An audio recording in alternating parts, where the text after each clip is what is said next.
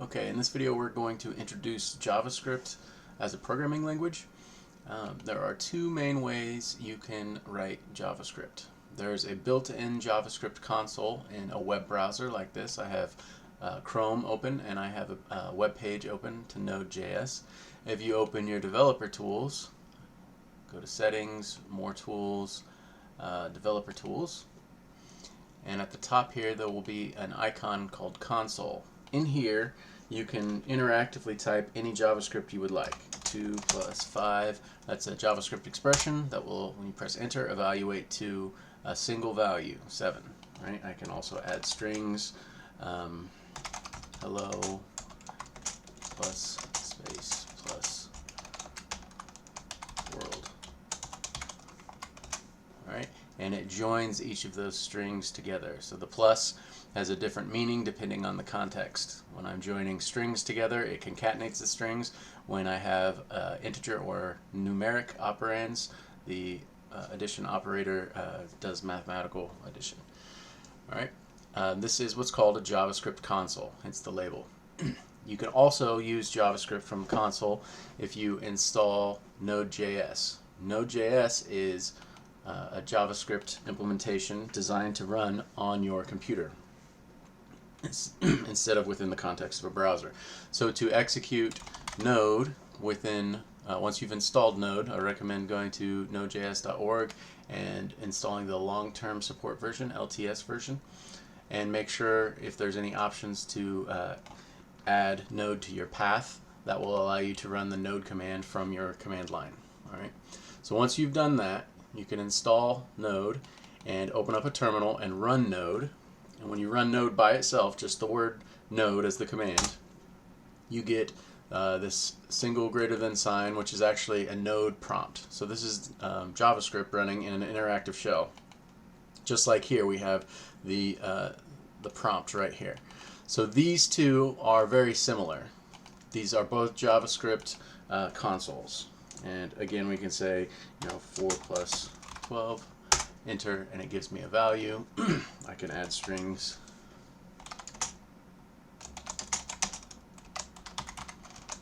Right? So this is very similar to this console. There are some differences because a browser console is designed such that it should not have any access to your system. Right? You could imagine that could be very detrimental as you're downloading HTML and JavaScript from the internet and it runs. What would prevent it from, copying all of your, secure data, like social security numbers or images or anything like that, right? So there is a sandbox, a protective area that JavaScript runs within the browser. So the JavaScript running in the browser cannot access all of the things on your file system. It cannot access your devices. There's a limited set of things that JavaScript within the browser can do. Now, Node.js, however, is different. It's more like your standard programming language, or Python, for example, where you can access files. You can do a variety of different things that you wouldn't be able to do with JavaScript in the browser. The main idea being when you run Node from the command line, you are supposed to be running code that you've either written or you understand thoroughly. So you're deciding to run this code, which is why it's more powerful. And you do have access to the file system and various other devices and that sort of thing.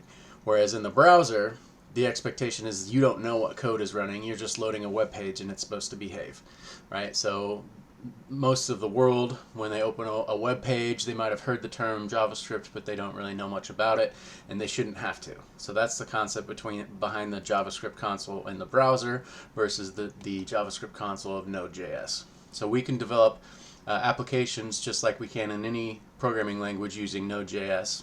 It's a full-service programming language, but within the browser, there's a limited subset of things it can do. Now, interestingly, the browser version came first, and Node was later developed to allow us to use JavaScript on our own computers, more like a full-service programming language. Okay, so these are the two main consoles, and anytime you want to test something out, you can do this on any web page. If you open a new tab, even if you don't navigate anywhere, open up the developer tools and go to console, and you can try out some JavaScript. The other way is if you have Node installed, you can just run Node and you open the JavaScript console. To exit out, .exit, and now I'm back to my command prompt. Okay. All right, so that's the Node or the JavaScript console. It's very important. Now we're going to discuss some of the basics of JavaScript, and the best way to do that is to kind of dive in a little bit. So I can use the JavaScript console to demonstrate some of this. The simplest idea we need to go over first probably is the concept of a variable. A variable in JavaScript was originally declared with the var keyword. So I say var and some identifier. Okay, identifiers can start with lowercase letters, underscores, uppercase letters, but they cannot start with a number. They can contain numbers, they just cannot begin with them. So I can have a variable called high8. I do have a variable in there, or a number character inside of this identifier, which is allowed. I just cannot begin with the number 8. All right. So this is a complete JavaScript statement. Var keyword and then the identifier, so that's the name of the variable, and then a semicolon. A semicolon ends a statement in JavaScript. All right. So as you see, this returns undefined. That's because this statement is evaluated down to one value and it does not have a return value. Okay. Whereas if I have an expression, expressions do have return values. 2 plus 5, if I press enter, that gets evaluated and the return value is 7. So whenever you execute a statement like this in JavaScript, there's no value per se, it just returns undefined, and the console is just showing us that. So the greater than symbol is what you have typed in, and then the less than symbol with the little dot there, that's the output of that particular statement. So the input here was 2 plus 5, and then the output was 7. Okay. So we created a variable. We declared, it's called declaring a variable, and we can now assign that variable, and we can assign it some value. So in a lot of programming languages, you have to declare what type the variable is. In JavaScript, you do not. You can just assign it a value, and JavaScript is fine with that. So I can say this is 15, just as easily as I can reassign it and say this is now 0.25. Okay. In each one of these cases, I have assigned the value to my variable. Now, if I access the variable by itself, that's the only item in this statement. JavaScript looks up that variable name, finds the value stored there, and returns that. Okay. Now, notice here also on the assignment statements, I have the variable name set equal to some number or some value. This number gets stored in this variable, but beyond that, it also returns that number. Okay, so this is different than some programming languages. An assignment statement actually returns the number as well, which allows me to do something like this. So I can join multiple variable declarations. I can say var a, and I can assign this value to high8. So this by itself would say look up the variable high8, find the value there. This would be replaced by that value. This is a declaration of a variable a. It's creating a variable a, and say put the value that's stored in high8 and store it in a, right? But I can also add an additional equal sign and say this is going to be 22. Okay, so JavaScript is kind of unique where you can chain your assignment statements. So this here we've already declared high8, so we don't have to declare it again. We declared it up there. And we're setting high8 equal to 22. Okay, so 22 is being stored into high8. Now this assignment statement also returns that value. So this evaluates to the number 22, which is allowing us to set the variable a equal to 22. Okay, and if we say a plus high8, we get 44. All right. Now the difference is var b equals 12. When we declare, this number is not passed through. So this statement does not equal the number 12, whereas if we've already declared the variable high8, this statement does evaluate to the number stored in that variable. Okay, so that's one small distinction. You don't use this a lot, but it is important to know that this happens primarily for debugging purposes, but sometimes you will see it in actual code as well. All right, so the var keyword was the original way to create and define variables. Since ECMAScript 15, they created a new way to create and assign variables. There are two new keywords. The let keyword, and we'll go over here in Node to do this. It works in either, but we just to showcase some of Node.js.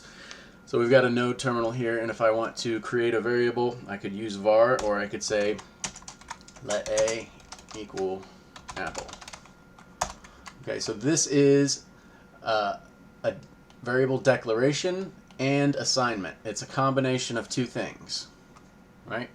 That's the same as saying let b, right? That's a variable declaration using the let keyword, and then b equals bananas, or banana, right? These two combine, right? And notice since we didn't declare the variable all in one line, it actually returned banana. All right, but both of these are doing essentially the same thing. We're creating a variable a and storing in that variable the string apple. This is a string of characters. Here we're creating a variable b and storing in it a string of characters, banana. All right, so that's the let, and now I can change, if I use the let keyword or the var keyword, I can change the value that's stored.